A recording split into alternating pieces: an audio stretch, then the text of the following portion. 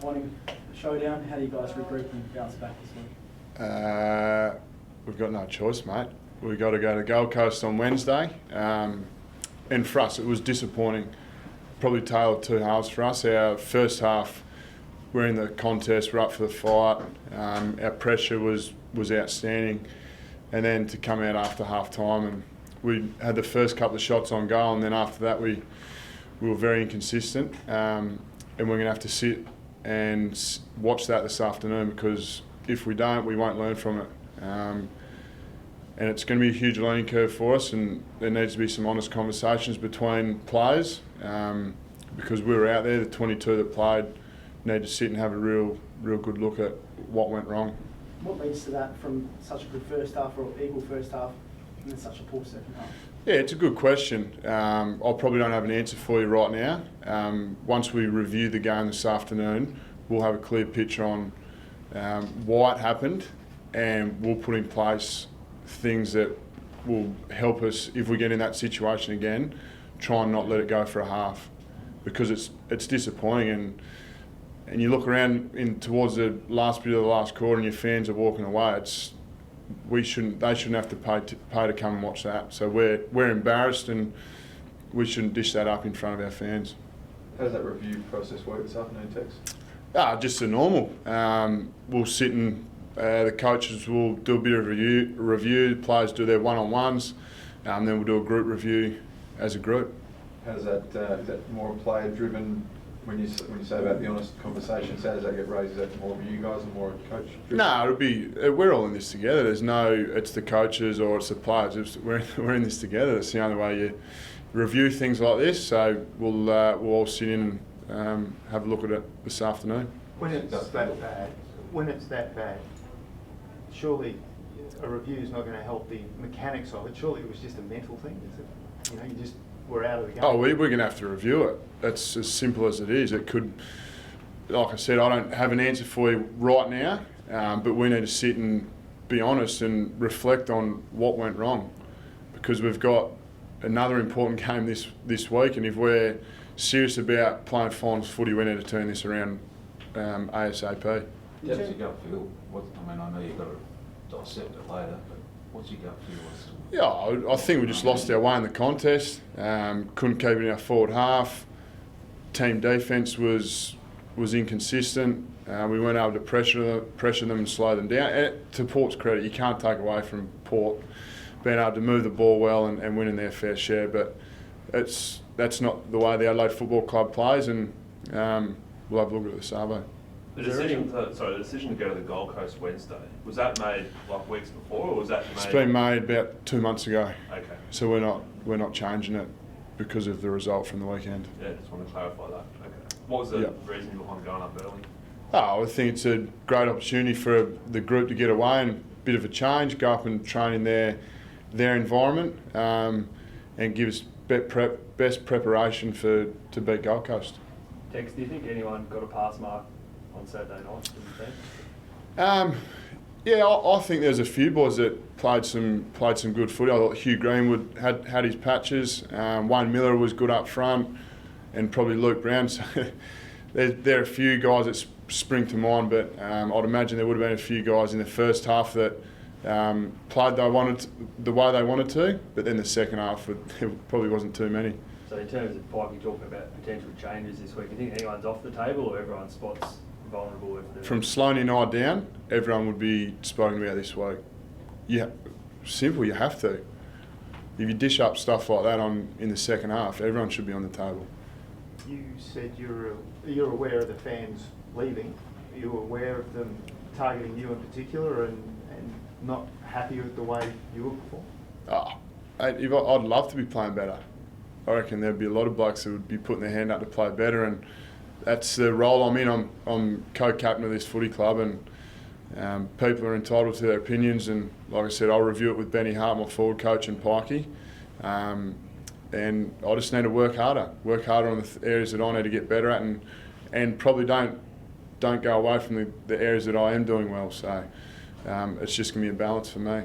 What are those areas, Tex, for you, do you think, that you need to get better in? Oh, I think I need to stay in the game more, play with a little bit more of a presence, and just have a little bit more of an impact on the game. There are probably a few areas off the top of my head that I need to get better at, and irrespective of the way the game's playing, my work rate needs to stay at a high level and demand from others what's needed.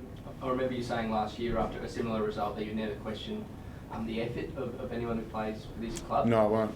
The second half, it felt like the team, just looking objectively, it felt like the team almost gave up. So what would you put that sort of... Well, that's your opinion. You're entitled to have your opinion, but I will never ever question effort at our footy club. So why would there be that optic, do you think, maybe? That's the way you see footy. That's your view. How do you try and stop when they get a run on Tex on the field? I mean, obviously the runners, you can't get Don to come out there and do stuff for you. So in terms of you He'd like as to. the leaders, what No, mechanisms can you put in place? Well, you can do structure things to try and stem the flow, but it probably comes down to just winning your share at the source. If we can do that, and then you get in your forward half and pressure, that's the way we like to play. And we weren't able to do that for the second half. But we were in the first half, so we spoke about it last week when we played Geelong. We just need to do it for longer, and if we can, I know we can, we would just need to do it more consistently. Tex Tommy Lynch, was he close? And Yeah, he was really close, so he'd be a really good chance this weekend. The two key backs, Keith and Talia, how did they pull up? Yeah, they're obviously a bit sore, but they got through the game, which is a great sign, and they'll just have to look after themselves this week to give them best prep for Gold Coast. What about Colucci? Yeah, he got a knock to the head, so he'll just go through the concussion protocols this week. There was a couple of guys that had big games in the sample. Bryce Gibbs had a pretty good game. Jacobs had a pretty good game. Do you see them coming back in? I don't make those decisions, but it's pleasing to go out there yesterday to the parade and see some of the boys play some really good footy and put their name back on the table for selection.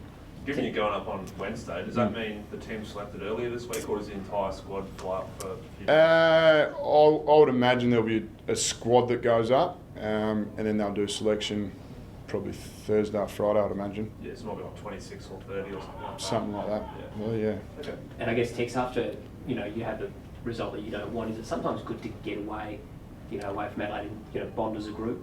And get How long you lived in Adelaide? It's pretty much my whole life. We don't have to read the advertiser or listen to the Channel 7. No, I love you all, but it'd be good to get away and maybe. But I'll make it very clear, we're going up there to train. We're not going up there to put the feet up and relax. We're going up there to train because we believe it's best prep to beat Gold Coast. Is that as bad as losses you've had, do you think? It'd be up there, yeah. It's disappointing and, yeah, I was embarrassed in a way for our fans and members and people that pay money to come watch us. We were pretty ordinary. So how do you put that in perspective in the context of the season? I mean, you've still got a chance to make finals. I mean, you're probably now 5 to 8 rather than top 4. How do you put what happened on the weekend into context and perspective going forward? The way I put it in perspective, I woke up Sunday and my family were staying at my house. I got to play with my nephew. My brother and mum were down, and life continues. No one's passed away.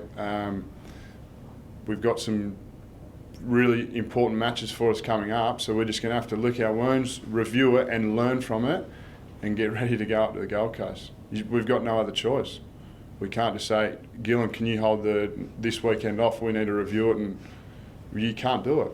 So review it and demand each other what we want and get going, get the bus back rolling. Right off, it's one bad game, or do you sort of see it as something that's been building cumulatively during the season? I see it as one bad game, one bad half. One bad half, yeah. What do you say to Eddie Betts? Has copped a little bit of criticism saying he's had a pretty lean month. What do you say to his form going ahead? What do I say? Yeah. Should he keep his spot on the side? They're saying that perhaps he should have a rest. Who's saying that? There's a few people. Like I said, mate, they're entitled to their opinion. We understand what Eddie does for our footy club and continue to play his role. Like I said, all of us that played on Saturday could have done more and probably weren't at the form that we wanted. So all of us need to have a good look in the mirror and see what we can do better to help the team play better footy. I'll just ask about Ross Gibbs. How are you trying to help him get through his form slump, I guess? Well, he's first things first. He's gone back with a great attitude and played some really good footy at SANFL. And as a leader, we just need to keep putting our arm around him and supporting him as best we can, because, like Pikey said during the week, that he's still a member of our footy club, and I think he can play a role in our footy going forward. So put your arm around him, support him, and help him get out of the spot he is now. So he's had a great attitude, and we just need to continue to throw our arm around him. Is it just confidence with him? I think it's just a bit of form, mate. That's all it is, yeah. Is anybody helping you? Yeah, I've got people around me that I trust. I think being in the system for 12 years, you learn to trust people, and their coaches or mentors or whoever they are, I've got them around me to be able to help me. And yeah, it's like I said, I woke up Sunday with family around me, so we just need to review and get on with things. Are you playing at all under duress, like with your elbow and that, or are you happy that, no, I'm 100%, away we go? Every single player that stepped over the line, you are 100%.